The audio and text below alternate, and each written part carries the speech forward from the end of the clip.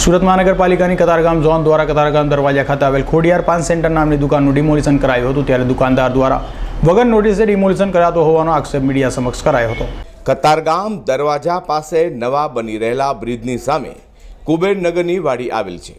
આ કુબેરનગરની વાડીવાળા પાસેથી જે તે સમયે એટલે કે 1994 કે 95ના વર્ષમાં સામે દેખાઈ રહેલા નાનુભાઈ મંજીભાઈ મોરે આ જગ્યા વેચાતી લીધી હતી અને આ જગ્યા પર છેલ્લા 25 કે 26 વર્ષથી પોતે અહીંયા ખોડિયાર પાન સેન્ટર નામનો ગલ્લો ચલાવે છે।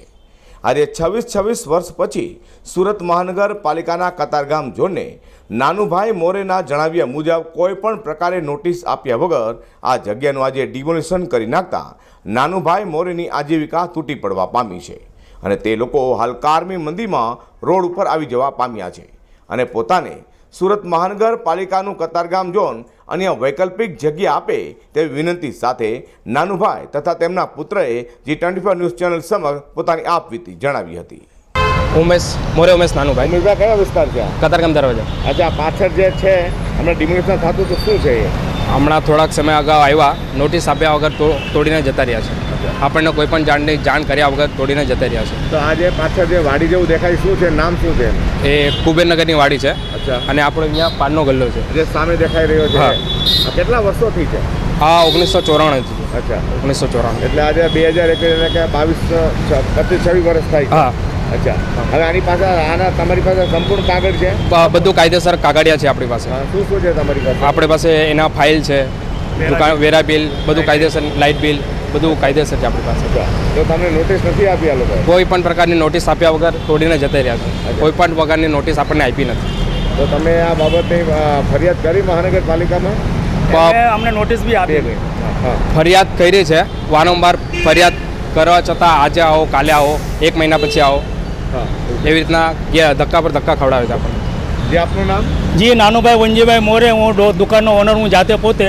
હા, પાછળ જે દેખાઈ રહી દુકાન છે એ મારી પોતાની। અચ્છા, હા। આ શું કહેવા બાબત આ ડિમોલિશન છે? અમારે વારંવાર SMCમાં રજૂઆત કરવા છતાં અમને વૈકલ્પિક જગ્યા કોઈ રીતે આપવામાં આવી નથી અને આજે અમારું ડિમોલેશન આજે જે થઈ રહ્યું છે, અમે રસ્તા પર આવી ગયા છે।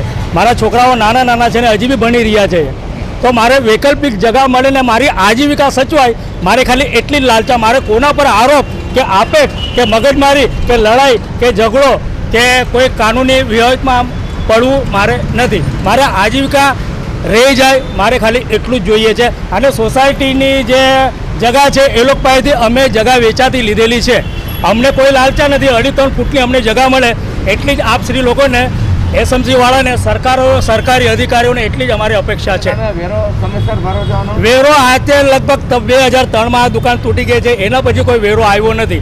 સરકારશ્રીએ અમને કીધેલું કે ભાઈ આપશ્રીને વૈકલ્પિક જગ્યા મળી જશે। અમને જે તે સમયમાં આ કાસાનગરમાં દુકાન આપવાના હતા, પણ અમારા અમુક લોકોએ ત્યાં આગળ માંગણી સ્વીકારી એ લોકોએ નથી કે ભાઈ સામે મટન વેચાય છે, માછલા વેચાય છે, એ પ્રતાપે આપણે ત્યાં દુકાન લેવી નથી, તો આપણને જે વૈકલ્પિક જગ્યા કે સારી આપશે ત્યાં આપણે લઈશું, એ બધું એમને અમારા દુકાનદારોએ બધી વાત કરી હતી। તો સાહેબ આ શ્રીને હજી હું રજૂઆત કરું છું કે મારે કોઈ વધારે જોઈતું નથી, મારે 2.5-3 ફૂટની જગ્યા જે પછાડ વધી રહી છે, મારે એટલી જ અપેક્ષા છે અને મારું આજીવિકા સચવાઈ રહે એના માટે। મારું નામ ભાવિન પટેલ છે। જેવી રીતે તમે જોઈ રહ્યા છો કે આ લોકો એક સામાન્ય માણસો છે, નાનો પાનનો ગલ્લો જે ચલાવે છે અને 2003માં જે ડિમોલેશન થયું ત્યાર પછી સરકારે એ લોકોને વાયદા કર્યા હતા કે અમે તમને જગ્યાઓ કરી આપશું, પણ આજ સુધી કંઈ દેખાયું નથી કે એમને લોકોને કોઈ જગ્યા કરી આપી હોય। ને જે આ નાના માણસો છે કંઈ વધારે જગ્યા માંગતા નથી, થોડી એવી નાની જગ્યા એમની છે, તો બદલામાં એમને કોઈ સારી જગ્યા આપે તો લોકો એમની કામગીરી શરૂ કરી શકે। સામાન્ય માણસો છે, નાના ગરીબ માણસો છે, તો હું ઈચ્છા રાખું છું કે સરકાર આ બાબતે થોડું ધ્યાન આપે અને આમની બાબત થોડું જુએ આ બાબતે।